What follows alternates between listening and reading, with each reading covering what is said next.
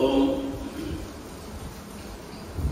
அருட்பெரும் ஜோதி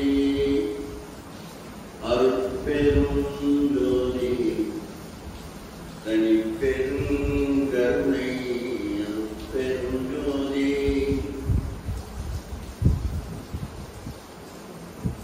உலகம் தழைக்க வந்துரித்த ஒருவே வருக ஓதாதே உற்றகலைகள் அனைத்தினையும் உணர்ந்தோனை ஒன்றே இரண்டே அற்றிலகும் பரமானந்த சுவைகளுடைய வருக இன்பதமை இரவாக்கடியேற்றுகின்ற இறையே வருக இம்போல்வார் கடகம் தரித்து கதியழிக்கின்றே வருக கண்ணெறிந்தே கழிப்பில் ஒரு இதழிலே வருக கலைமதி நோய் வலகம் தெரிந்தவன் சரியும் வாழ்வே வருக ராமலிங்க வள்ளல் எனும்போர் மாணிக்கமணியே வருகிறே ராமலிங்க வள்ளல் எனும்போர் மாணிக்கமணியே வருகிறே. ஓம் பெரியவர்களே, எல்லாம் வல்ல அருட்பெரும் ஜோதி ஆண்டவருடைய தனிப்பெரும் கருணையினாலே மகாமந்திரம் பாராயண நிகழ்வு 37வது நாள் நிகழ்ந்து கொண்டிருக்கிறது.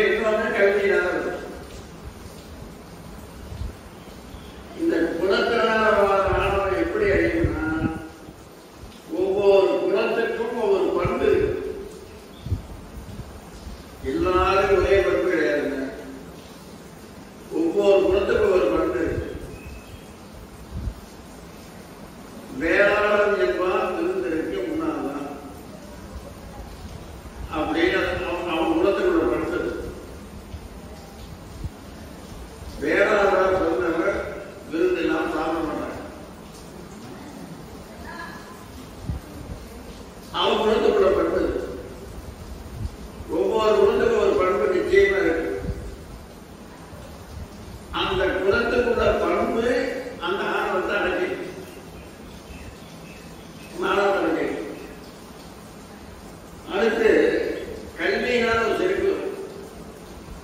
இந்த செருக்கு எப்படி அடிக்கும்னா மற்ற பேச்ச கேட்டால் அடிக்கும்,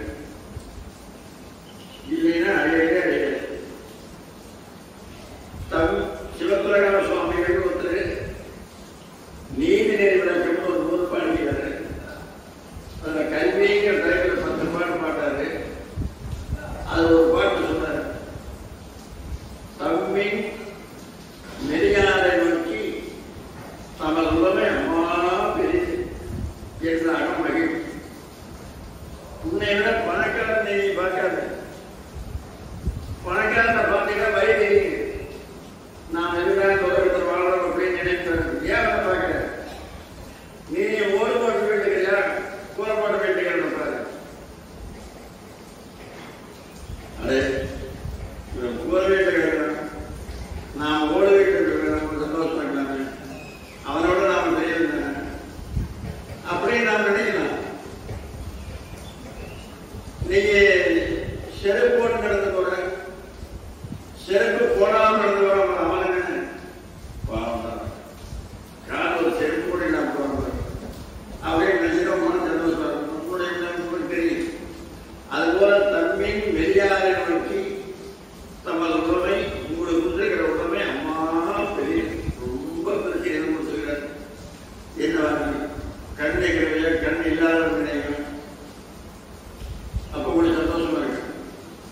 காது இருக்கிறவங்க காது இல்லாதவங்க நினைக்கிறேன், கை இருக்கிறவங்க கை இல்லாதவங்க நினைக்கிறேன், நல்லா நடக்கிறவங்க நொண்டை நினைக்கிறேன், நல்லா பேசுறவங்க ஓமை நினைக்கிறேன். இப்படி நம்மளோட கீழாக இருந்தா நமக்கு இருக்கிறது பெருசா தெரியும். நம்மளோட பெருசா இருந்தா அவர் வயது சாக வேண்டிய வழியில் பெருசே போகக்கூடாது. தம்மையும் வெளியான நோக்கி தமது உடமை அம்மா பெரிது என்ற நம்ம சரி. அடுத்து இன்னொரு சொல்ற, தம்மினும் கற்றாரை நோக்கி கருத்து அழிய.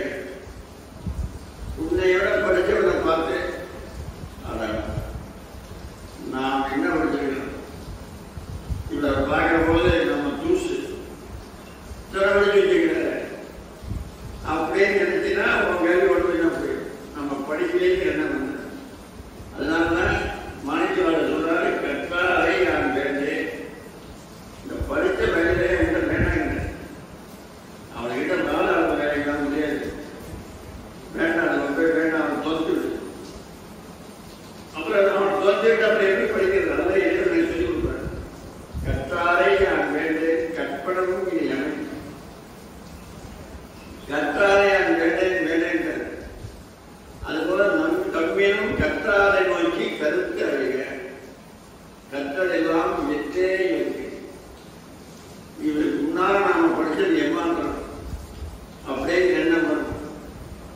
அதாவது மதுரை மீனாட்சி அம்மன் கோயில்ல ஆயிரக்கார மண்டபம் இருக்கு. நம்ம தமிழ்நாட்டில் 8 கோயில் தான் ஆயிரக்கார மண்டபம். சிதம்பரம் ஆயிரக்கார மண்டபம் கோயிலுக்கு நினைக்கலாம். ஸ்ரீரங்கம் ஆயிரக்கார மண்டபம், பக்கத்தில் திருவானை கோயில் ஆயிரக்கார மண்டபம், மதுரை ஆயிரக்கார மண்டபம், திருவாரூர் ஆயிரக்கார மண்டபம், ராமேஸ்வரம் ஆயிரக்கார மண்டபம், காஞ்சிபுரம் ஆயிரக்கார மண்டபம். இந்த 8 ஆயிரக்கார மண்டபங்கள்ல பெருமாள் கோயில் ஒரு கோயிலே வந்து ஆயிரக்கார மண்டபம், மற்ற 7 கோயில் சிவாலயத்தில் ஆயிரக்கார மண்டபம். எல்லா மண்டபத்தையும் நடராஜா கோயில் மட்டும் ஒரு கால் குறையும். மற்ற ஆலயங்கள் கூட ஆயிரக்கால் நிறைய இருக்கு. நடராஜா கோயில் ஒரு கால் குறையும். 999 காலத்து இருக்கு. வருஷத்துல 2 நாளைக்கு மட்டும் 1000 கால் ஆயிரம். இன்னைக்கு போய் எண்ணி பார்த்தீங்கன்னா 999 இருக்கு. ஆனா திருமணத்துக்கு போய் எண்ணி பார்த்தீங்கன்னா 1000 கால் இருக்கு. அப்ப அன்னைக்கு மட்டும் ஒரு காலம் எங்கிட்டு வந்தா நடராஜா நடராஜா அன்னைக்கு ஓடாது. அவரு காலம் சேர்த்துதான் இருக்கு.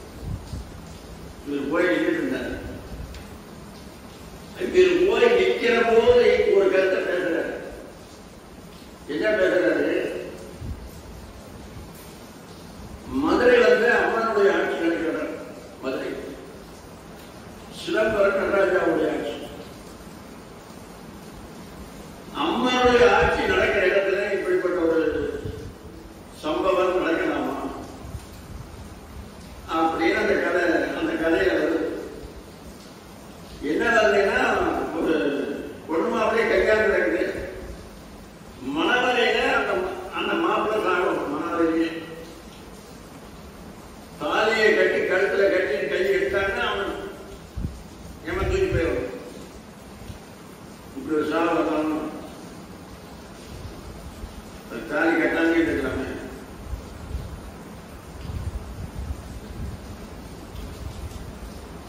அதுக்கு ஒரு காளமாட்டு மேலே உட்கார்ந்து ஏமன் வந்து உட்கார்ந்து காளமாட்டை கட்டாவை போட்டு அது வாழை தூக்கி ஓடி போய் அவனை தூக்கிட்டு போயிருக்கு. வயிற்றுல குட்டி தூக்கிட்டு போயிருக்கு. இது இவரும் படுக்கிறார். இவர்தான் பெரும்புவராங்க. இப்படி தூக்கி போயிட்டு சொல்றாரு. ஆனா இது நடக்கலாமான்னு கேள்வி கேட்டால் பதில் சொல்லுது. அங்க போய் நிக்கிற போது அவர் பதில் சொல்றாரு. என்ன சொல்றாரு? இந்த மாதிரி ஒரு அசம்பாவிதம் அம்மனுடைய ஆட்சி கட்டத்தில் நடக்கலாமா அப்படின்னு கேள்வி கேட்கும் போது போய் நிற்கிறார். இதுக்கு என்ன விட அப்படின்னு கேட்கிறார். ஒருத்தர் அவர்களுக்கு இதை தெரிஞ்சு சொல்றாங்க. அந்த புராணத்துல என்ன சொல்றீங்கன்னு நம்ம சொல்றாரு. அதாவது இது ஒரு காந்தம். இது ஒரு காந்தம்னு வச்சுக்கோங்க.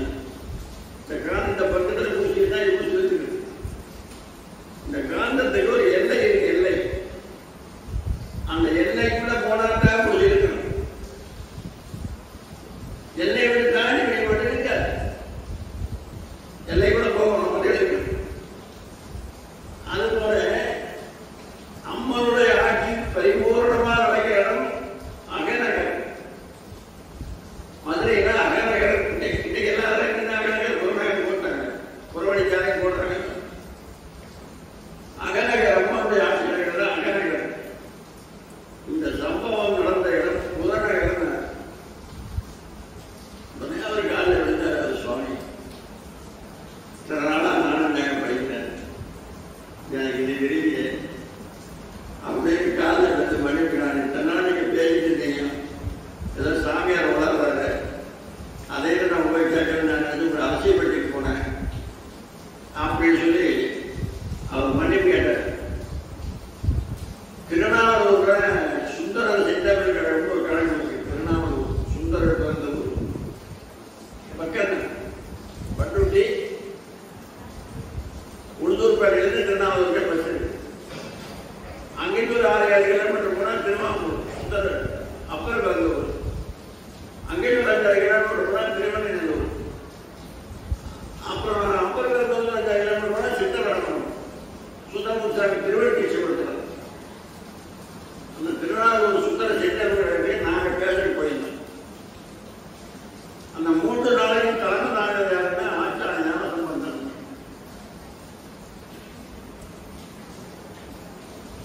சரவண முதலியாருன்னு அவர் அப்பா பெருஞ்சொல் விளக்கிறார்னு ஒரு பேர். பெருஞ்சொல் விளக்கிறார். அவரை போறவங்க பெரியவங்களாம் படித்தவர்களும் பேசுறவங்களும் யாருமே கிடையாது. அப்பேற்பட வைக்கணும் சரவண முதலியார். அவருடைய சொற்களை நான் 6 மாதம் கேட்டுக்கிறேன். மதுரை திருச்சியில் கிடக்கும். அவருடைய மகன் தான் ஞானசம்பந்தன். அப்பனோடு அவருடைய அதிகமாக பயிர். அப்போ 10 அடி 16 அடி வருது. அப்படிப்பட்டது. அவர் தலைமை வாங்கினார். அப்புறம்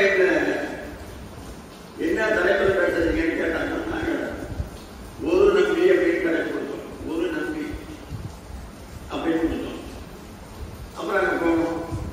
இந்த பேச்சாளர்கள்லாம் இங்கே வரிசையா நீளமாக 30-25 ஷேர் கொடுத்தாங்க. எல்லாரும் உட்காந்துட்டாங்க. பேசுறவர்கள் மற்றவர்கள்லாம் கீழே போயிடும். நாங்கள் போய் அவங்க லைன் உட்காரு. இந்த மேடைக்கு பேசுறாங்க. அவங்க நேரம் கீழே போயிடுங்க. இவர் 3 நாளாக பேசுறாரு. அவர் பாட்டை சொன்னாங்க. அந்த பாட்டோடய நாங்கள் போவோம். அதெல்லாம் கவனிக்கிறாரு. யாரும் தெரியல எப்படி இப்ப பார்த்தாரு. நாங்கள் அவரை பார்த்ததில்லை. அவர் எங்களை பார்த்ததில்லை. அவர் 3 நாளாக எங்க மேல ஒரு கண்ணு. யார் நம்ம எதிர்ப்பு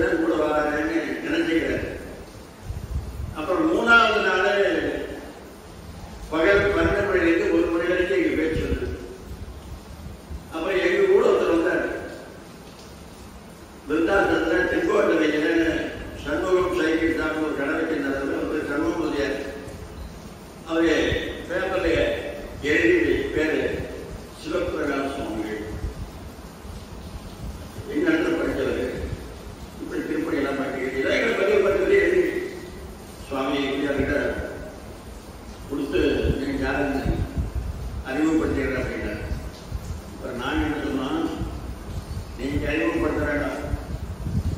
நாங்கள் பேசுற முன்னாடி யாருக்கும் தெரிஞ்சுவேன். நீங்க அறிமுகப்படுத்த வேண்டாம். நாங்கள் மேடையில் பேசணும். அப்போதைய அப்படிங்கிற தலைப்பில் பேசணும். பாதி பேசி தான் பேசியிருப்போம். பாதிலேயே மேடையிலே கட்டி தருவது. சாமியார் மேலே ஒரு நல்ல எண்ணம் இல்லாமல் இருந்தது. சாமியார் கூட திண்டு போட்டு தூங்குற பயிர்கள் நான் நினைச்சிட்டு இருந்தேன். உங்க பேச்ச கேட்ட பிறகு அந்த ரெண்டு எனக்கு அறிவுச்சு. இதுவே நான் சாமியாரை பற்றி தவறாக நினைக்க மாட்டேன், பேச மாட்டேன் அப்படின்ட்டு. அவருக்கு இருந்த சரிக்கு ஏன் நடந்தது? கேட்டதுனால தான் நடந்தது. அதுக்காக சொல்லணும். அவன் மதுரையிலேயே அவருக்கு காரணம் வந்தாரு. கேட்டதுனால தான் நடந்தது. அதனால கல்வியினால அவசியருக்கு கேட்டால் வழி அழியாது. நாளை நாள் படிக்க படிக்க அதிகமாகிட்டே இருக்கும். அழியாது. அதுபோல இந்த நிகழ்வில் ஒரு சொற்பொழிவு நிகழ்ச்சி ஏற்பாடு செஞ்சுருக்காங்க. இந்த மாதிரி மகாமண்டலம் சொன்னா சொற்பொழிவு நிகழ்ச்சி எங்க வச்சிருக்காருன்னு தெரியுது. இங்க மட்டும்தான் வேற எல்லாம் மண்டலம் சொற்பொழிவு நிகழ்ச்சி. நாளை நம்முடைய சமய இலக்கியங்களில் மகாபாரதம், கம்பராமாயணம், இது இதிகாசம். புராணங்கள்லாம் அது ஏதாவது 18 புராணம் இருக்கு. மகாபுராணம் 18, உபபுராணம் 18. இந்த இதிகாசம் 3. மகாபாரதம், கம்பராமாயணம் எல்லாரும் தெரிஞ்சது. இன்னொன்று சிவரகசிய காண்டம், அது ஒரு இதிகாசம்.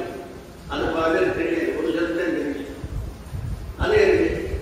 இந்த மகாபாரதம், கம்பராமாயணம் ரெண்டு என்ன சொல்றதுன்னா ஒண்ணும் இல்லை. ஒரு குடும்பத்தில் இருக்கிற தாய், தந்தை, அண்ணன், தம்பி எல்லாரும் ஒற்றுமையா இருந்தா அவங்க வாழ்க்கை எப்படி இருக்கும் அப்படிங்கிறது கம்பராமாயணம் சொல்லுது. ராமன், லட்சுமணன், சத்திரலையாமா தடை போட்டாங்கன்னா எனக்கு ஆட்சி வேணும் யாரும் கேட்டாங்க. ராமன் நாடு வேண்டாங்க, பரதன் வேண்டாங்க, சத்திரங்கள் வேண்டாங்க, லட்சுமணன் வேண்டாங்க, பதவியே வேண்டாங்க. பதவிக்காக போட்டி போடல. இன்னும் கூட எவனுக்கான எவன் யாரெல்லாம் கூட அங்க மேல இருந்து இறங்கி வந்து எங்கிட்டு வர, எங்க வர, எங்க வர அப்படின்னு கேட்பாங்க. சாதாரணமான யாராவது போனாங்க, அரசியல்வாதி யாராவது போனாங்க, அங்க உட்காண்டே கேட்பாங்க, கீழே இறங்கலாம் இல்லையா. அப்புறம் அவன் கூட என்னங்க அதான் நாள் வந்து இறங்கி வந்து பக்கத்தில் தண்ணி விட்டு ஏப்பா என்ன கேட்குறீங்க. அரசியல்வாதி வந்து அங்கேயே உட்காந்து கேட்குறீங்க எனக்கு காரணம் அப்படி கேட்டா சொன்னா நான் அந்த இடத்த காரணம் அங்கே உட்காந்து போனேன்.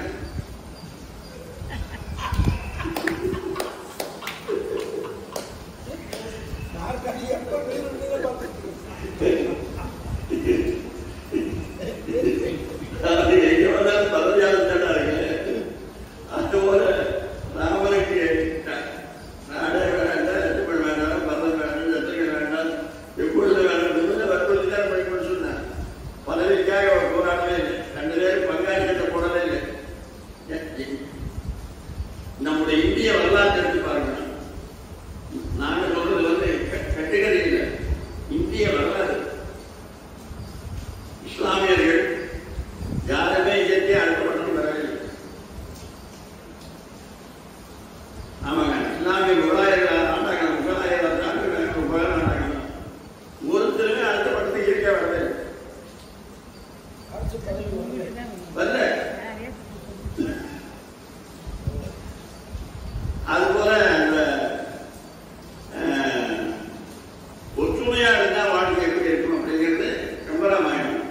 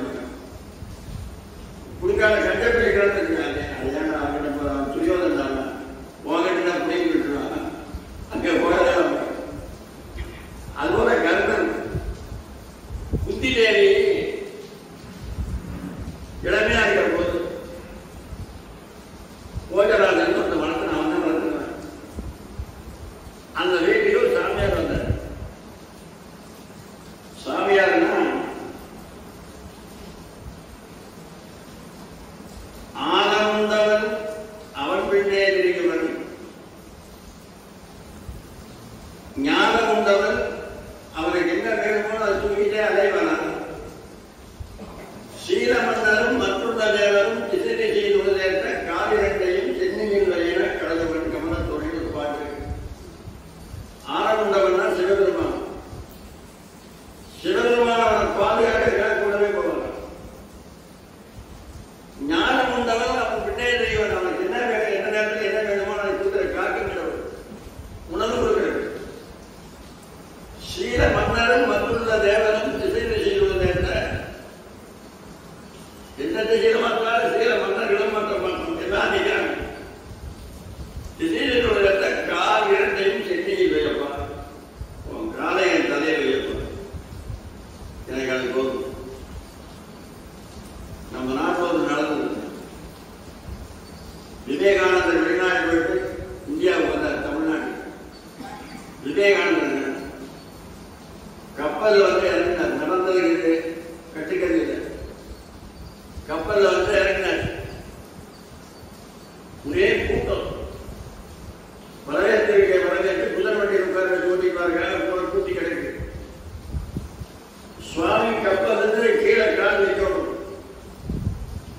அங்க போய் ரத்தன கப்படம் வைக்கணும்னா சேது மன்னர் தான் ஒரு பேர். அந்த நாட்டை சேது மன்னன். அதெல்லாம் கூட்டி ஒரு பாயை வச்சுட்டாங்க. விடுங்க என்ன செஞ்சாரு தெரியுமா? கீழே படுத்து சுவாமி தமிழ்நாட்டு காலை வைக்கிற போது என் தலையிலே வைக்கும். இந்த நாட்டோட மன்னவங்க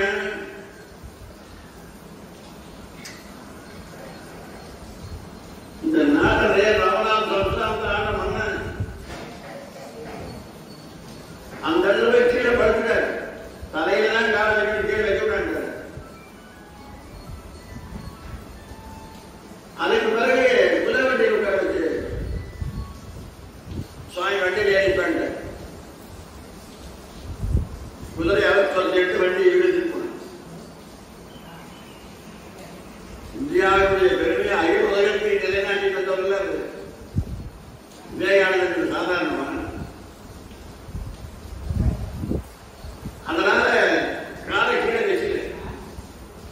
அதுபோல சீலமன்னரும் மற்றுள்ள தேவரும் திசை திசையில் உள்ள காலை ரெண்டையும் சென்னையில் வைக்கும், கால ரெண்டையும் என் தலையில் வைக்கும். அப்படி சொல்லி கெஞ்சாங்க மன்னர்கள் எல்லாரும். அப்படிப்பட்ட மகான் ஒருவர் வர. அவர்தான் துர்வாச முனிவர். துர்வாசர் மகான்களுக்கு கோபம் வரும். அந்த கோபம் எதுக்காக வரும்னா மற்றவர்கள் திருத்தலுக்காக வரும். மற்றவரை கெடுக்கிறதுக்கு வராது, வரவே வராது. திருத்தலுக்கு தான் வரும். அதுபோல அவர் உங்களுடைய ஒரு 6 மாசம் உன் வீட்டு தங்கலான்னு வந்திருக்கிறேன் அப்படின்னா, சுவாமி நான் எந்த பிறவியில என்ன தவறு செஞ்சனும் வந்திருக்கிறேன். யாருக்கும் கிடைக்காத வாழ்க்கை எனக்கு கிடைச்சிருக்கு. இந்த அனுப்படையே கேட்கலாமா? தனியா உங்களுக்கு குடிசை அமைச்சு கொடுக்குறா? எனக்கு அரண்மனை வேண்டாப்பா. சாதாரண ஒரு குடிசை, ஒரு 10 கீட்டு போட்டு சுற்றி 4 கீட்டு வச்சு கட்டி, கீட்டுனா தென்னை வர பனை வர இதுதான் வச்சு கீழே ஒரு சாக வச்சு விடுது. அது போதும் அப்படின்னா ஒரே நாள் வீட்டுக்கு ஒரே நிமிஷம் இந்த மாதிரி கிளம்புறது நானாக கட்டியாச்சு. சாமி அங்கே போய் முடிச்சதை கட்டி போட்டாங்க கையில். இவர் நேரத்துக்கு நேரம் உணவு கொண்டு போய் கொடுக்குறது யாரு அப்படின்னு அமைச்சர்களை கூட்டி ஆலோசனை கேட்கிறார். நிறைய பேர் அமைச்சர் இருக்கிறாங்க. எல்லாம் பயப்படுறாங்க. அத்தனை பேர் பயப்படுறாங்க. ஏன் தெரியுமா? அவர் கோபக்காரங்க. அவர்கிட்ட ஏதாவது தப்பு பண்ணிட்டோம்னா நம்ம வெடிக்கா போயிடும். சாம்பலா பண்ணா சாம்பலாயிரும். ஆனா கோபத்தை விஸ்வாமித்திர முனிவர்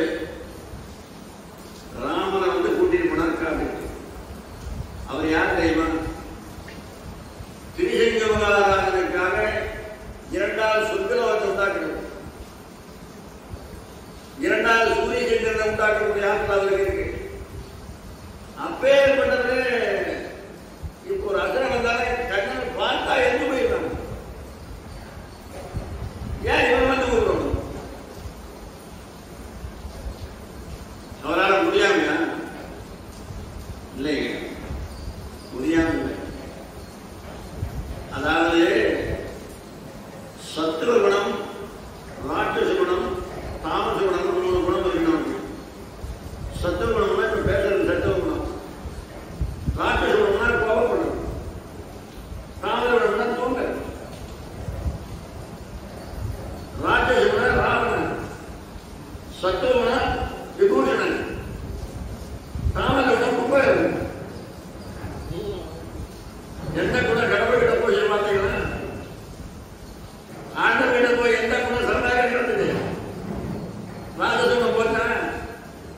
தாமச குணம் போச்சா? போதிய சத்துவ குணம் தான் போச்சு. அது என்ன வள்ளலார் சொல்றாரு? சத்துவம் ஒன்றே தலைப்பெரும் நோய்கிற உடலெல்லாம் உழைந்தீர்கள் அகல் ரைடுல அதாவது நதி.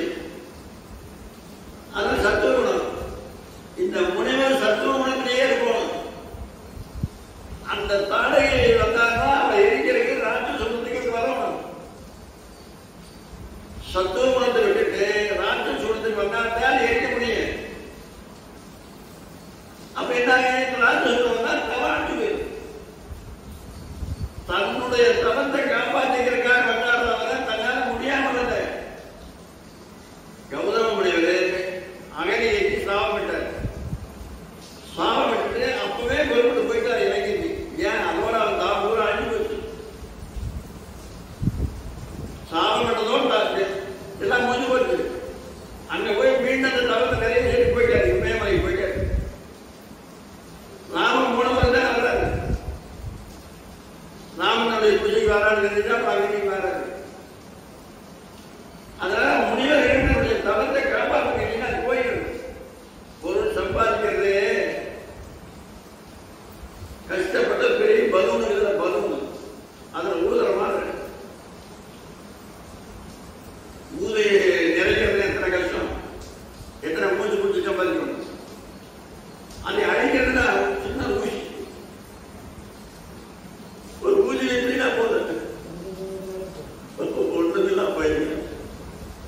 அழிக்கிற அவ்வளோ வீசிங்க போய் அப்பேற்பட்ட முனிவர் அங்க வர்றாரு. அத்தனை பேரு என்னால முடியாது, அவரு கோபக்காரங்க, என்னால முடியாது, என்னால முடியாட்டா அத்தனை பேர் முடியாட்டாங்க. அப்ப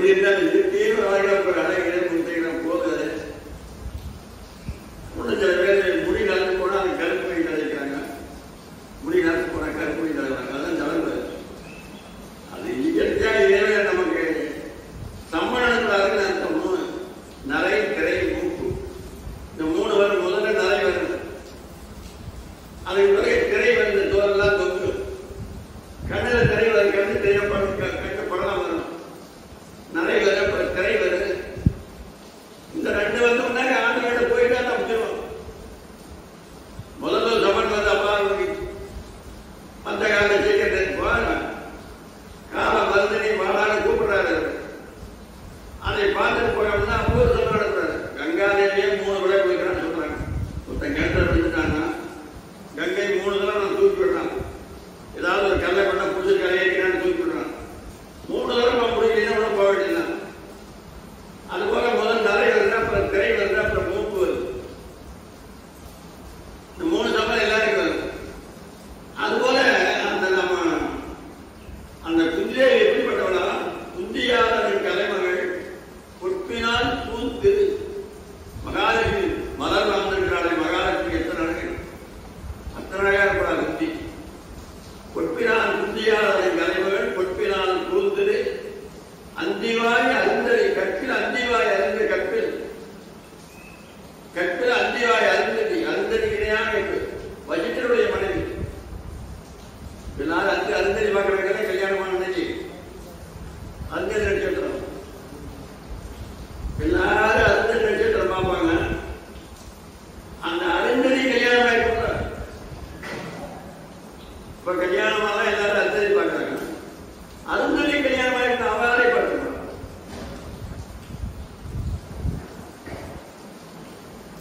அருந்ததி பார்க்கக்கூடிய கற்புள்ளதான் பெரிய உணர்த்துக்கிறாங்க. திருநேரனுடைய மனைவி அதை சேர்க்கலானே சொல்ற குந்தியாளரின் கலைமகள் பொற்பினால் பூந்திரு புனை கற்பால் அந்திவாய் அருந்ததி. அருந்ததி இணையான கற்பிட்டாரு குந்தி தேவியை. ஆனா சேகரார் என்ன சொல்றாரு, அதாவது அருந்ததி கற்பின் மிக்கார். அருந்ததியுடைய கற்போட இருந்தவள் அந்த அம்மா. என்னென்ன இளமை சொல்கள் நம்மளோட சாதாரண ஒரு வார்த்தையில அப்பேற்பட்ட. அதனால்தான் குந்தியாளரின் கலைமகள் பொற்பினால் பூந்திரு புனை கற்பால் அந்திவாய் அருந்ததி. அருந்ததி இணையாக இருக்குது. இந்த பொறுமை இருக்கிற பொறுமை பொறுமைங்கிறது வந்து பலவே இருக்குங்க. எடுத்துடனே கோபம் வந்துடும். சில பேர் மூக்கு மேலே கோபம் வந்துடும். உள்ளந்தன வர வேண்டியது. எப்ப யார் இருந்தாலும் இங்க தயாரா வச்சிருப்பாங்க. அந்த கோபம் வந்துடும். அவ எப்பேற்பட்ட கேட்பா, இந்த பூமி தேவி இணையான பொறுமையா பூமி தேவி இணையாக இருக்கு. அகழ்வாலை தாங்கும் நிலம்போல் மம்முட்டியை கடப்பாறையை சுற்றி மம்முட்டியில் வெட்டான். அவன் அந்த பூமியில தாங்கு. விவேகானந்தர் சொன்னாரு, உன்னால முடியாத எதுவுமே கிடையாது. நீ நினைச்சினா நிச்சயமா வெற்றி அடையலாம். வெற்றியை உன் கையில இருக்கு. அப்ப ஒரு உதாரணம் சொல்றாரு, உன்னை தாங்கிற பூமியை கூட உன் காலுக்கு கீழே தான் இருக்கு. உன்னை தாங்கிற பூமி உன் காலுக்கு மேல தான் இருக்கு. அது வந்து நீ உறுதிப்படுத்திய அப்படின்னு. அதுபோல இந்த பூமாதேவி இணையாக கேட்போம் நம்ம பொறுமை. அப்புறம் ஒரு அமைப்பிட முடியாது, எல்லாரும் முடியாது, எல்லாரும் ஒத்துழைக்க முடியாது. அப்புறம் கொஞ்சம் நான் பார்த்துக்கிறேன். அம்மா அத்தனை பேரும் முடியாதுன்னு சொல்றது நீ எப்படியம்மா பார்ப்ப? நான் பார்ப்பேன். எனக்கு அந்த திறமை இருக்கு. யாருக்கு எப்படி என்ன செய்வோன்னு எனக்கு தெரியும். நான் குறிப்பறிந்து அதை செய்வேன். முனிவர் தண்ணி வேணும் நினைச்சாதான் தண்ணி அங்கே இருக்கும். உடம்பு வேர்க்கிறேன் நினைச்சாங்கன்னா வீட்டுக்கு வச்சுருவேன். குடிக்கணும்னா தண்ணியை கொண்டு வச்சிருப்பேன். பூஜை பண்ணோம்னா பூஜை வேண்டி கொண்டோம்னா புண்ணியம் எனக்கு உட்காந்து குறிப்பறிஞ்சு நான் வேலை செய்கிறேன். நான் பார்த்துக்கிறேன். அம்மா கோபக்காரராக இருக்கு. எத்தனை பேரை நிற்பாங்க தண்ணி வந்து அவஞ்சு போயிருக்கிறான். எந்த நெருப்பா இருக்குன்னா என்னுடைய சார்ந்தவனத்தால் அதை அமைச்சு வைக்கிறான். அப்புறம் சரிமா விருப்பம், நீ என்ன சமைச்சியோ அப்படின்னு அந்த குடிக்கையில போய் அந்த அம்மா தங்கிட்டாங்க. அவ செய்யறதுல ஒரு துணியாவது கோபம் பிடிக்கும். ஒரு நாளாவது அந்த சிரத்தைங்கிறதே என்னன்னே தெரியாம போச்சு. அப்படியே சாந்தத்துல மொழி போயிட்டு நினைச்சாலும் முன்னாடி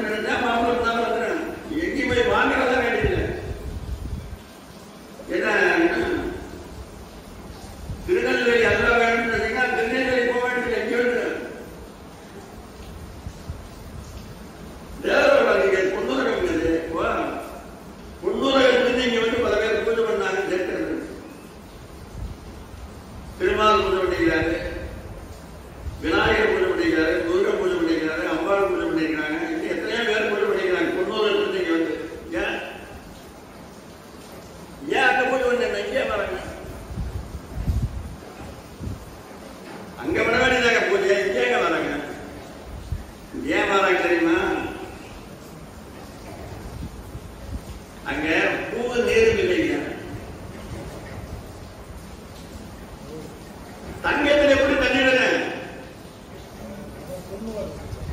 அதான் பொண்ணாச்சு. தங்கத்தில் எப்படி பூ பூக்கு? பூவோடு நீர் சுமக்கும் நின் அடியாரிடர்களை வாய். நெடுங்கலத்தில் பாடுற மறையுடையாய் தோருடையாய் வார் சடைமேல் வளரும் திரையுடையாய் விஞ்ஞானே என்று ஒன்று பேசினால்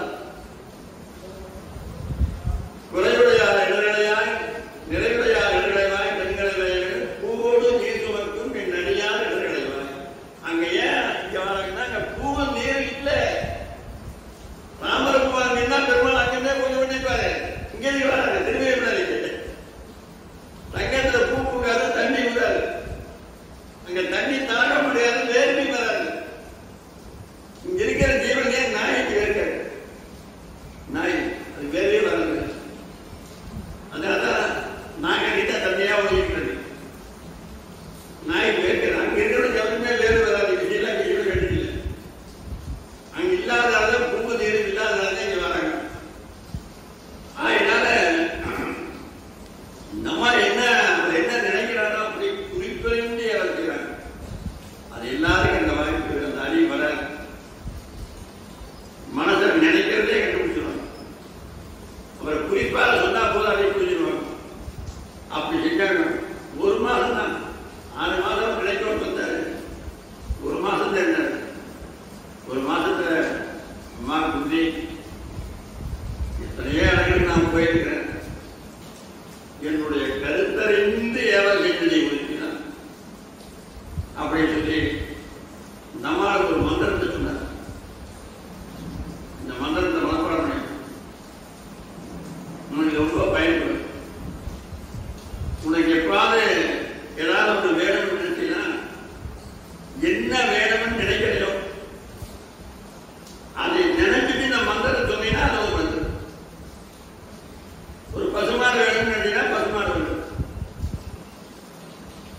ஒரு மான் வேணும்னு நினைச்சீங்கன்னா மான் வந்துடும். ஒரு குயில் வேணும்னு நினைச்சீங்கன்னா குயில் வந்து போகும். கத்து குயிலோசை சற்றே வந்து காதில் விழ வேண்டும் அப்படின்னா குயில் வந்து கத்துறான். வேணுங்கிறது வந்து அப்படின்னு சொல்லி கொடுத்துட்டு போனாங்க. அதை அந்த அம்மா பத்திரமா மறந்து போகாம வச்சுக்கிட்டாங்க. மறந்து போகக்கூடாது. மந்திரம் சொன்னா மறக்கக்கூடாது. அதை ஞாபகமா வச்சுட்டு இருக்கணும். அப்புறம் அதை திறந்தோறும் ஜபம் பண்றாங்க. திறந்தோறும் ஜபம் பண்றாங்க. அது எந்த அளவு நாம் சொல்றோமோ அந்த அளவு ஊர் ஏறிட்டு மந்திரத்தை நீங்க எடுத்து கோடிகளோட விடக்கூடாது. இதோட தொடர்ந்து எங்க போறீங்களா எல்லாம் கூடவே வரணும். உங்க வாழ்நாள் முழுவதும் இந்த மந்திரம் துணை வரணும். வாழ்க்கைக்கே துணையாயிருக்கு. உங்களுக்கு வர இடைவெல்லாம் நிறைய போயிடும். இதுதான் பாதுகாப்பு உங்களுக்கு. அந்த அம்மா அப்படி வச்சுட்டு ரொம்ப உருவேற்றாங்க. சொல்லி கொடுத்து 10 வருஷம் ஆயிடுல. இது இன்னைக்கு ஒரு நாளைக்கு நாம அவர் சொன்னது நடக்கலான்னு பார்ப்போம். அப்படின்னு கதிரவன் குணதிசை சிகரம் வந்தடைந்தான். குணதிசைனா கிழக்கு திசை. அப்படியே சூரியன் தக தக தக தக தக தங்க நிறத்துல வெளியே வாங்க. கதிரவன் குணதிசை சிகரம் வந்தடைந்தான்.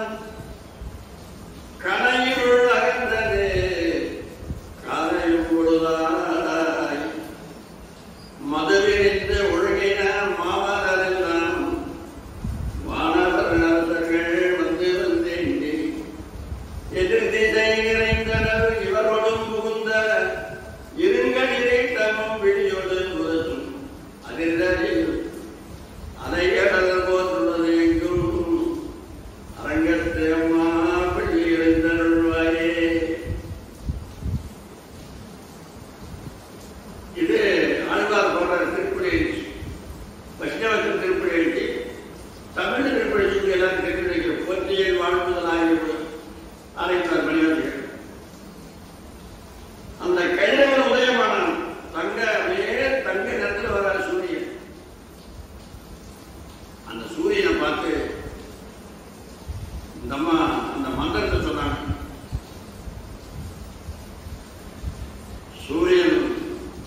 மந்திரத்தை சொன்னாங்க.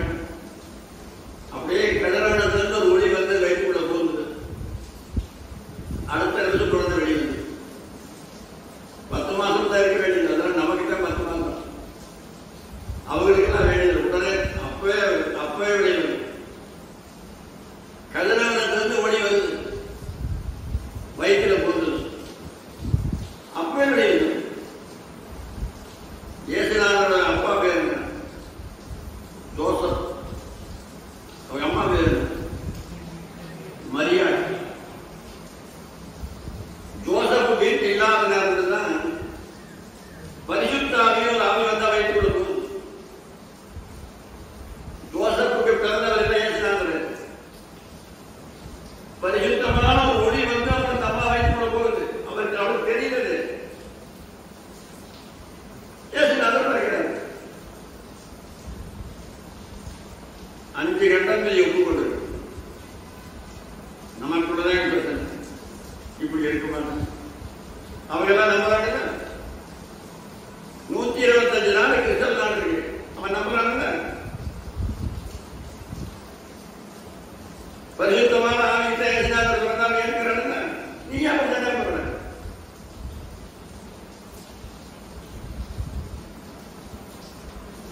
அந்த கதிரவனத்தில் அந்த ஒளி வந்து புண்ணு அப்பவே குழந்தை வெளியே வந்து குழந்தை பிறந்த உடனே பார்த்தா அப்படியே மாத்திரையான செடும் பசு கொண்டாம உருவத்தை செஞ்சு அது உயிர் உணத்தை வச்சிருக்கு. தங்கத்தால உருவம் செய்யறது அது உயிரை கொடுத்தது. எப்படி இருக்கு? அப்படி ஒளி வீசுது. சூரியன் எடுத்து இருபத்தி அவருக்கு ஒளி வைக்கிறது. பார்த்த உடனே அவளுக்கு இத்தனை சந்தோஷம் இல்லை.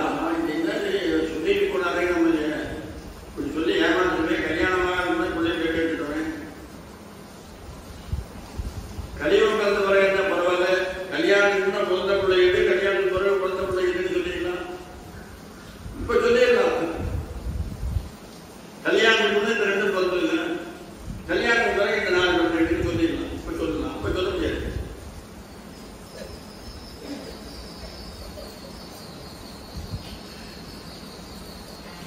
பார்த்தா சரி, நாம தவறு செஞ்சுட்டாங்க. அது நல்லதா போச்சு. ஒரு எவனாவது ஒரு கருப்பன் சேப்பன் கெட்ட சாமிகள் சாமி நினைச்சு பண்ணாம ஒரு கருப்பராய் வரவங்க நினைச்சு என்ன பண்றது? ஒரு ஆடு கட்ட சாமி நினைச்சு வந்து கதிரவனை தான் நினைச்சுக்கிறோம். உலகத்துக்கெல்லாம் முடிவுலகக்கூடிய கதிரவன் நினைச்சுக்கிறேன் அப்படின்னு சொல்லி சந்தோஷப்பட்டு சரி யாரும் தெரியல அப்படின்னு அதை பெட்டியை வச்சு, இந்த பெட்டியை கோடை பேனைன்னு பேர், பேனைனா பெட்டி, அதை வச்சு யாரும் வந்து ஆற்றில் விட்டு வந்திருக்காங்க. அந்த குழந்தையை யாராவது ஒரு ஏழை எடுத்து போனால் எப்படி வளர்க்க முடியும்? அப்படின்னு அந்த குழந்தையை வளர்த்துக்கிட்டாங்க. செல்வத்தையும் கூட இருக்காங்க. நவரத்தனங்களை வச்சு அந்த நவரத்திரன் மேல பட்டுத்துறை இருக்கு. அந்த குழந்தை பிறக்கிற போது கட்டினா ஒரு புடவை, அதை மடிச்சு போட்டு அது மேல குழந்தையை படுக்க வச்சு அந்த புடவை ஒரு வளர்ந்துகிறாரோ. இவன் அழகான பையன், இவனை பெரியவனான பிறகு எத்தனையோ பேர் நான் தான் அம்மான்னு பல பேர் வருவாங்க. யாரு வந்தாலும் அம்மா அல்லாத இந்த புடவை கட்டினா இறந்து போயிடும் அப்படின்னு அந்த புடவை ஒரு வரம் கொடுத்து கொடி ஆத்துல விட்டாங்க. ஆத்துல போதுங்க குழந்தை. அந்த நேரத்தில் திருதராட்டனுடைய தேர் வச்சு ஆத்துல வந்து குடிக்கிறான். குளிக்கிற போது இந்த பொட்டி நேரம் வயிறு போகுது. தவம் செய்யணும். அப்பதாங்க இந்த குழந்தை கிடைக்கும். எத்தனையோ பேர் குழந்தைகளையும் நாம சொல்றாங்க. சில பேர் குழந்தை தேடி எடுத்துட்டாங்க, இந்த குழந்தைய வளர்த்துன்னு சொல்றாங்க. சில பேர் என்னென்ன கிடைக்கும், சில பேருக்கு அவங்களே கொடுக்குறாரு. இல்லைன்னா அடுத்த குழந்தை எடுத்து வந்தா கூட சில பேருக்கு கிடைக்கிறது. அந்த குழந்தை இந்த பெட்டி எடுக்கிறான். திறந்து பார்த்தா அவன் நடந்த மகிழ்ச்சி கனவே இல்லை. பகவானே, நான் என்ன தவறு செஞ்சனோ இப்படி ஒரு குழந்தை வந்திருக்கிறேன். இப்படிப்பட்ட குழந்தையா எனக்கு இந்த குழந்தை குழந்தை ஆத்துல யாரு விட்டாங்க அப்படின்னு தூக்கிட்டு போய் அவன் மனைவி பேர் ராதை அவகிட்ட கூட்டி கொடுக்குறாங்க. அவ அப்படியே கையில வாங்குற போதே அவனுக்கு குழந்தை இல்லாம இருக்கு. உண்மையாவே குழந்தை இல்லாம இருக்கு. குழந்தை எங்க கிடைக்கும் போல எதிர்பார்த்துக்கிறாங்க. அவன் கையில வாங்குற போத அந்த தாயன்போட வாங்கினாங்க. அந்த குழந்தையை பெற்றெடுத்தா எவ்வளவு மகிழ்ச்சி அடைவானோ அந்த மகிழ்ச்சியோட வாங்கின, அன்போட வாங்கினான். அந்த அன்போட வாங்கினதுனால அன்புன்னு சொல்றது பாலும் சொல்லுது. பெற்றெடுக்க அவருக்கு பால் சொத்துமா நினைச்சு நிச்சயமா பால் சொல்லுது. அன்பு வந்தா போதும். அன்பு இருந்தா பால் தாய்ப்பால் சொல்லு. தாய்ப்பால் கொடுத்தாங்க இந்த குழந்தை வளரும். அந்த பசுனா செல்வம்னு அர்த்தம். பசுங்கிற சொல்லுக்கு செல்வம். சேனன் தான் அந்த உடன் வந்தவன். அந்த சேனன் குதிரைங்கிற குதிரை. குதிரை மேல ஒன்று போடுவாங்க உட்கார்றதுக்கு, காலை வச்சுக்கிறதுக்கு, கெட்டியா குடிச்சு உட்கார்றதுக்கு. அதுக்கு பேர் சேனன் பேர். குதிரை கூடவே போகும்போது அதனுடன் வந்தவன் செல்வத்துடன் வந்தவன் வசு சேனன் அப்படின்னு பேர் சொல்றாங்க. குழந்தைகளுக்கு பேர் சொல்லும் போது ஒரு சாமியுடைய பேர் வைங்க. முருகான வைங்க, விநாயகன் வைங்க, அம்பாள் வைங்க, முருகன் வைங்க, சிவபெருமான் வைங்க, ஐயா காமாட்சி பேர் வச்சுக்கிறாங்க. காமாட்சினா அம்மா, காமாட்சி அம்மா தானே. அவங்களுக்கே வைக்கிற பாரதியா இருந்தா பெண்ணு பேர் இருக்காங்க. பாரதியா சொல்றது பேர். குழந்தைகள் பேர் வைக்கிற போது இப்ப என்ன இப்ப இருக்கிற பேர் இவரும் வாயிலே வராது. அவ்வளவு சம்பளம் சாமி பேர் கூட மறந்தே மாட்டேங்குது. அப்படியே கணவன் மனைவி 2 பேருக்கு ஒரு தகராறு இருந்தது. ஒரு பையன் கலந்துட்டான். பையன் அந்த ஆள் என்ன சொல்றாரு, எங்க அப்பா பேர் தான் சொல்லுங்க. இந்த அம்மா சொல்றாங்க எங்க அப்பா பேர் தான் சொல்றாங்க.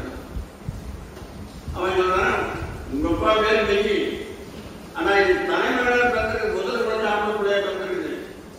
அது எங்க அப்பா பேர் வச்சிடறேன். அப்புறம் பிறகு குழந்தை நீங்க அப்பா பேர் வச்சுக்கணும் அப்படின்னா, அப்புறம் பிறகு வந்து 14 பேர் எப்படி தெரியும். கொட்டையா பிறகு கொட்டையா பெண்ணுடைய பேர் வச்சுட்டாங்க. அதெல்லாம் வெளியே நான் முடியாது. அதெல்லாம் முடியாது. எங்க அப்பா பேரே 2 பேர் வேலை பண்ணிக்கிறாங்க. பையன் அழைச்சிட்டு வழியில் ஒரு ஆள் போனேன். இவங்க போன சத்தத்தை கேட்க கொண்டு வந்தான். வந்து உட்கார வச்சு நாட்டாளி போட்டு உட்கார வச்சு டீ காஃபி கொடுத்து என்ன சத்தம் போட்டுக்கிறீங்க அப்படின்னு கேட்டேன். இந்த பேர் வைக்கிறது ஒரு தகராறு வந்து நீங்க பார்த்து பேர் வச்சு விடுங்க அப்படின்னா, சரி நீ என்ன பண்ணுற, எங்க அப்பா பேர் சிவஞானம், அதனால நான் சிவஞானம் பேர் வைக்க விடுறேன். நீ என்ன சொல்ற, எங்க அப்பா பேர் கிருஷ்ணன், நான் எங்க அப்பா பேர் வைக்க விடுறேன். அவ்வளவு முடியாதுங்க, நானும் முடியாதுங்க, என்ன பண்றது, சரி யாரும் கவலைப்படாதீங்க, சூப்பர் பேர் நான் வைக்கிறேன் அப்படின்ட்டான். உடனே பேரு சிவராமகிருஷ்ணன் அப்படின்னு பேர் வச்சோம். உடனே ரொம்ப சந்தோஷம் பூஜை பண்ணாங்க. காணிக்க வச்சுங்க 1000 ரூபாய் பணம் கொடுத்தாங்க. அப்புறம் போகும்போது ஏங்க ஒரு சின்ன சந்தேகம், என்னப்பா எங்க அப்பா பேரு சிவஞானம், அதுல இருந்து சிவத்திற்கு தெரியும். அவர் அப்பா பேரு கிருஷ்ணமூர்த்தி, மூர்த்தி கிருஷ்ணன் எடுத்தீங்க. அவங்க அப்பா பேரையும் இல்லாம எங்க அப்பா பேரையும் இல்லாம நடுவர் ராமான்னு வந்துருக்கேன். இது யாருங்க, அது எங்க அப்பா பேரு.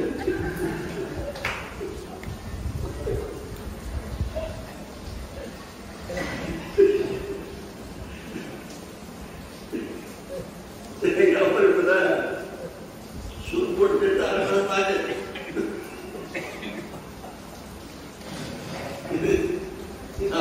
எங்க அப்பா பேர் கூட எங்க அப்பா பேர் வச்சுக்கிறேன் அப்படின்னா, அது ஒரு பேர் வைக்கிற போது பெரிய வீட்டை கொண்டு போய் வைக்கணும்.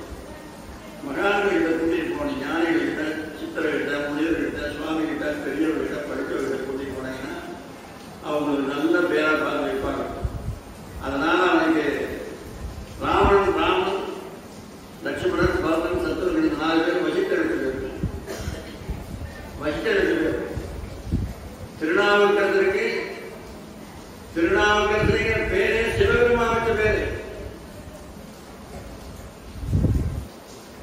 மாவுற்று அலர் பதிகத்துடைய வாடிய வாழ்மையினால் நாவுக்கரஞ்சென்று உலகேழும் இந்நாமம் நயப்புற பண்ணுங்க அப்படின்னு இறைவனே வச்ச பேரு திருநாவுக்கரசர் பேரு. மங்கையர்கரசியாங்கிற பேரும் திருநாவுக்கரசர் பேரு. ஷேக்லாரே வச்ச பேர் ஒரு பேர் காரைக்கால் ஷேக்லார் வச்ச பேர். பிறக்கிற ஒரே பேர் சின்ன பிறக்கிறார். அங்க வருவான் திருமணத்தை அவதரித்தார் என வந்து பொங்கிய பேர் அழகமிக புனிதவதியாக இருந்தார். புனிதவதியாக இருந்தார். அவரை பேர் வச்சு குழந்தை பேர் பிறக்கிறார். அது மங்கையருக்கு தனியரசி எங்கள் தெய்வம். மங்கையர்கரசினா பெண்ணே தெய்வம். ஞானசம்பந்தரே இங்கிட்டு போறார். திருமலைக்காக இருக்கிறாரு ஞானசம்பந்தர். கேள்விப்பட்டு அங்கிருந்து அம்மா போய் ஞானசம்பந்தர் கூட்டிட்டு வாங்க ஆள இருந்தாங்க. இங்க வந்தாங்க. இங்க வந்து உங்களை அம்மா கூப்பிட்டு சொன்னாங்க. அவரை கூப்பிட்டு போறாங்க. திருநாள் வேண்டாங்க. அப்ப பதிவெல்லாம் பாடுற தெய்வத்தோடு அப்பதான் பாருங்க. நேரா கோயிலுக்குள்ள போய் சுவாமி தரிசனம் பண்ணிட்டு வெளியே வராங்க. ஆனாலும் ஏராளமான கூட்டம். அந்த கூட்டத்துல மங்கையர்கரசியை எப்படி கண்டுபிடிக்க முடியும்? குலச்சிறையார் ஒரு பக்கத்துல மந்திரி அவர் தான் கூப்பிட வந்தார். குலச்சிறையார் அவர் கேட்கிறார், அம்மா ஞானசம்பந்தர் கேட்கிறார்,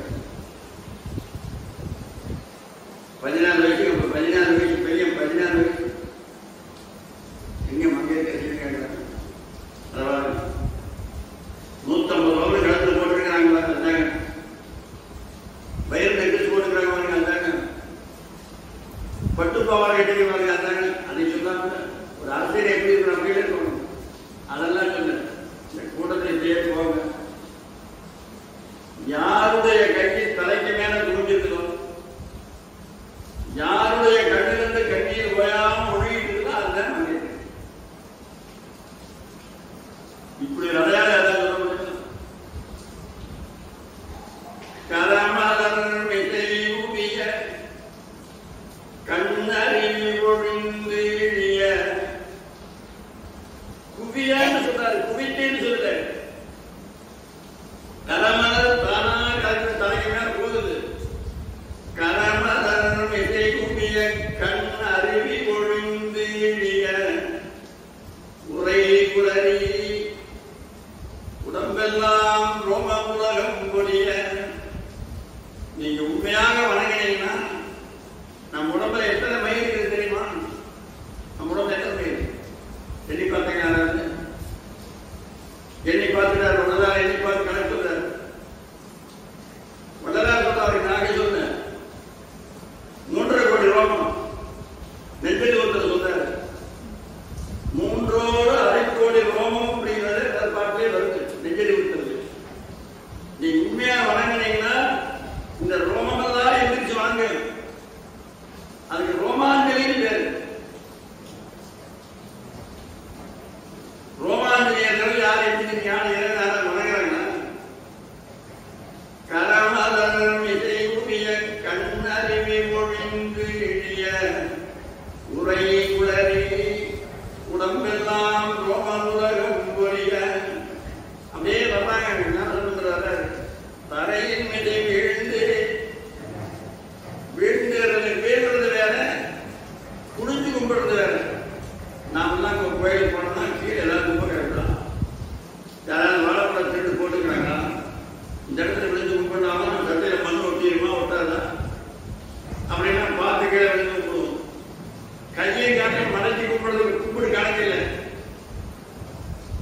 ஒரு உலக்கையை நிறுத்தி வச்சுக்கலாம். பிடிச்சி தள்ளுங்க